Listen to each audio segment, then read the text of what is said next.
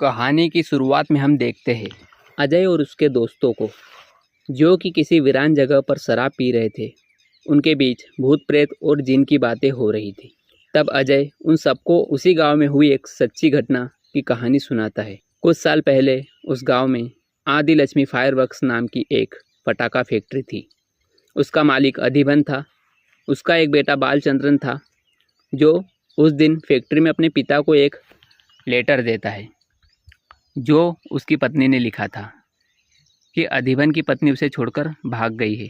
अपनी माँ की इस हरकत से बालचंद्रन औरतों से नफरत करने लग गया था।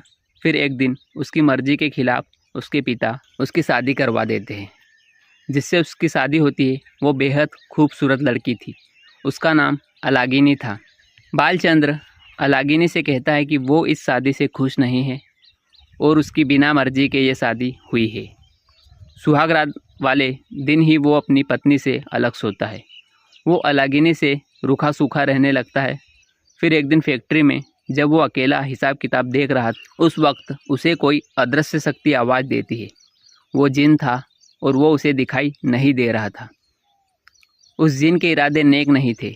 वो बालचंद्र से कुछ बात करता है, उसे कुछ समझ नहीं आता। फिर वो घर चला जाता है। रात को जब वो अकेला सोता है तो फिर से जिन उसके करीब आता है और उसकी चादर खींच लेता है। बालचंद्र बुरी तरह डर जाता है।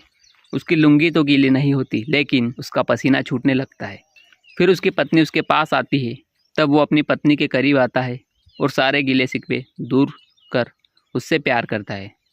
उस दिन के बाद उसकी घास चरने गई अकल वापस आ जाती है और वो अपनी पत्नी को और भी ज़्यादा चाहने लगता है। हर रोज़ की तरह वो उस दिन भी फैक्ट्री में अकेले बैठा हिसाब देख रहा था। तब जिन उसके पास आता है और उससे बात करता है।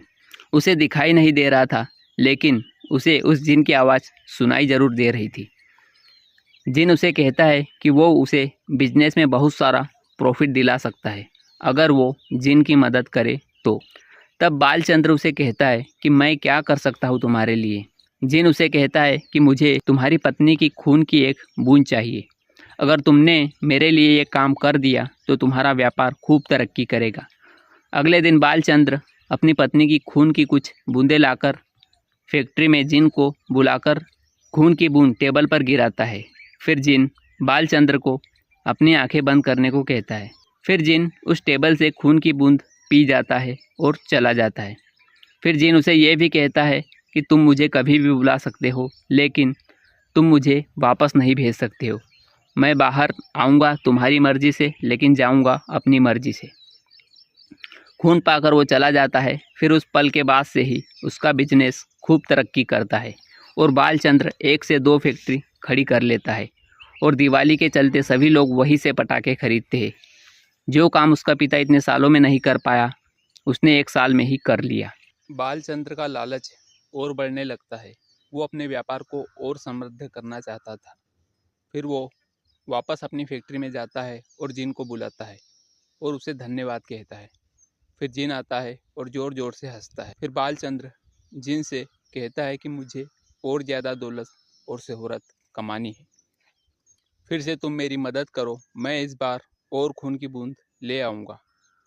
इस पर जिन ज़ोर ज़ोर से हंसता है और कहता है, अब मुझे खून नहीं सुकून चाहिए। मुझे तेरी बीवी अलागिनी चाहिए। बालचंद्र गुस्से से लाल पीला हो जाता है। फिर वो उसे मना कर देता है और कहता है कि कुछ और मांग ले। जिन मना कर देता है कि मुझे सिर्फ तेरी बीवी चाहिए और बालचंद्र के कान भरते हुए कहता है कि तेरी बीवी से पूछना किशोर के बारे में। फिर बालचंद्र घर आकर अपनी बीवी से पूछता है। वो बताती है कि किशोर उसके बचपन का दोस्त था और वो दोनों एक दूसरे से प्यार करते थे, लेकिन उनके बीच कुछ नहीं हुआ। फिर बालचंद्र जिन से मिलता है और उसे कहता है कि मेरी बीवी और किशोर एक दूसरे से प्यार करते थे, बस उनके बीच कुछ नहीं हुआ था। जिन उससे कहता है कि तुम्हारी बीवी झूठ बोल रही है। फिर वो उसे अपनी शक्तियों से उसका गुजरा हुआ कल दिखाता है, जिसमें बालचंद्र देखता है कि सच में उसकी बीवी के साथ किशोर ने संबंध बनाए। वो बौखला जाता है, लेकिन इस बार भी वो अपना फैसला नहीं बदलता। फिर जिन उससे कहता है कि अगर तुम मेरी इच्छा पूरी नहीं करोगे तो जो कुछ मैंने तुम्हें दिया है मैं वो तुमसे छीन भी सकता हूँ।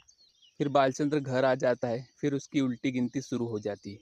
उसका धंधा मंदा चलने लगता है और एक दिन अखबार में ये खबर भी आ जाती है कि वातावरण में प्रदूषण फैलने के कारण पटाखा फैक्ट्री पर बैन लगा दिया जाता है। बालचंद्र बहुत दुखी हो गया था क्योंकि उसने दिवाली को देखते हुए पटाखों का स्टॉक बढ़ा लिया था और इसके लिए उसने बैंक से लोन भी उठा रखा था और अब फैक्ट्री बैन होने से उसका बहुत बड़ा नुकसान हो जाता है।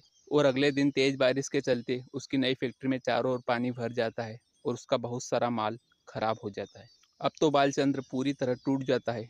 जिन ने उसका सब कुछ छीन लिया था। फिर वो घर जाकर अपने पिता को सारी बात बता देता है। उसके पिता उससे कहते हैं कि बेटा, जब तेरी बीवी किसी और के साथ सो चुकी है तो तू क्यों उसे गले से लगा रहा है। मेरी बात मान, उसे जिन को दे दे। जब अपने पास बहुत सारा पैसा आएगा तो 10 लड़कियां मिल जाएगी तुझे। उस सनकी बूढ़े की बात सुनकर वो अपनी पत्नी को जीन को देने की सोच लेता है। फिर एक दिन जीन उसे कहता है कि मैं तुम्हें फिर से धनवान बना सकता हूँ अगर तुम अपनी बीवी को एकदम दुल्हन की तरह सजाकर मुझे सौंप दो।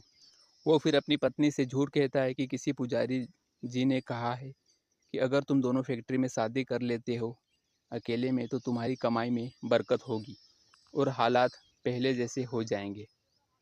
उसकी बीवी मान जाती है। अगली सुबह अलगिनी एकदम दुल्हन जैसे सज जाती है और बहुत खूबसूरत लगती है। फिर वो दोनों फैक्ट्री जाते हैं। वहाँ बालचंद्र उसे अकेले छोड़कर पंडित जी को बुलाने के बहाने चला जाता है। फिर वहाँ जिन आता है और ज़ोर ज़ोर से हंसता है।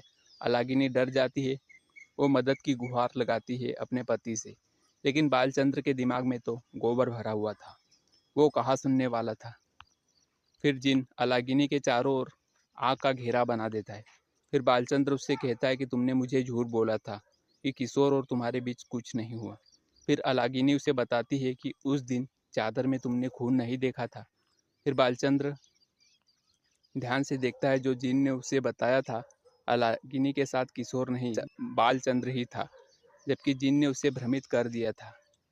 उसकी पत्नी पवित्र थी। फिर बालचंद्र को अपनी भूल पर पछतावा होता है, पर अब पछताए होत क्या जब चिड़िया चुग गई खेत। अलागिनी को जिन ले जाता है हमेशा के लिए और बालचंद्र को रोने के लिए छोड़ देता है। फिर बालचंद्र घर पहुंचता है और अपने खुसड़ बाप को पाद वाला तकिया सूंघाकर दम घोटकर मार देता है। फिर खुद भी रस्सी लेकर फैक्ट्री में जाकर फांसी लगा लेता है। फिर कहानी प्रेजेंट में आती है। अजय और उसके दोस्तों को वहाँ कुछ महसूस होता है। फिर उनमें से एक अजय से पूछता है कि भाई वो फैक्ट्री कहाँ पर। अपने गांव में। फिर अजय उनसे कहता है कि जहाँ हम अभी शराब पी रहे वो वही फैक्ट्री है। ये सुनकर सबकी फट जाती है। सभी डर रहे थे। वहाँ आंधी तूफान भी आता है और फिर अलागिनी जिन बनकर आ जाती है और कहानी का पहला चैप्टर खत्म होता है।